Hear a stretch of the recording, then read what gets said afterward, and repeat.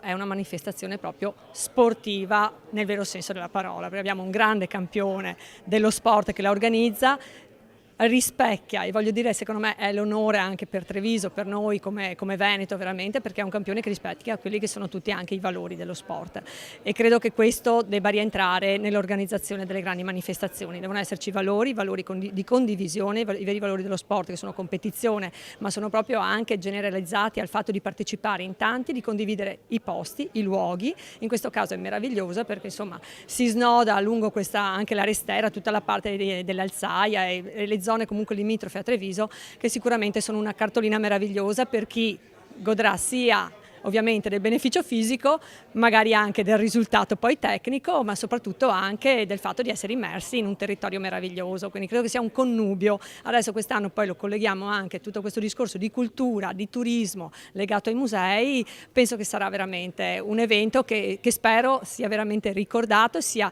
il lancio per una nuova mezza di Treviso, vista proprio in un'ottica a 360 gradi.